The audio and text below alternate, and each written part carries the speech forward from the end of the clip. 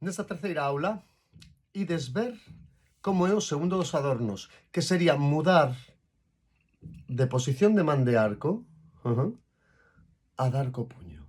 De acordo? Isto sería tres pámpanos e intentar facer esa parada que facíamos antes, pero co puño. Pámpano, pámpano, pámpano e co puño. E vamos. Pámpano, pámpano, pámpano, puño. Pámpano, pámpano, pámpano.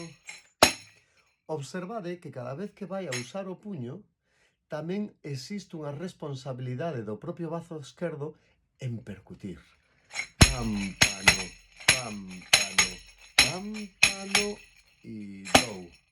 Tanto coa pandereta como co puño. A medida do movimento da pandereta ou máis o brazo esquerdo vai vir dada por como dades palmas.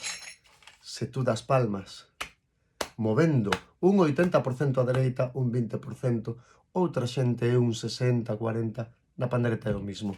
Dou coa pandereta, en tanto en cuanto, cando dou palmas, acompaño a esquerda. Moi ben, ensaiar.